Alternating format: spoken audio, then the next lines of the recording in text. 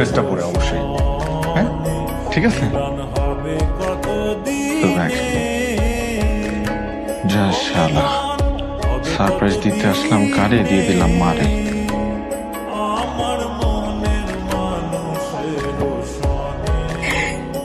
এটা আমার জন্য না, তোমার জন্য কিনেছি। কাল পরে যেও। হ্যাঁ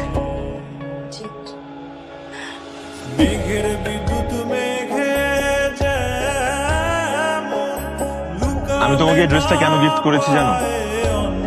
না, কারণ বড় একটা গিফট দেওয়ার আগে ছোট একটা গিফট দিয়ে নিলাম। বড় gift? ছোট গিফট দিয়ে আমি আসলে তোমাকে মেন্টালি প্রস্তুত বানিয়ে নিচ্ছি, যাতে বড় গিফট নিতে তোমার সুবিধা হয়। মানে মানে বুঝলাম না। মানে মানে বড় গিফটটা এত বড় যে তুমি শুনলে তুমি মাথা ঘুরে পড়ে যেতে পারো।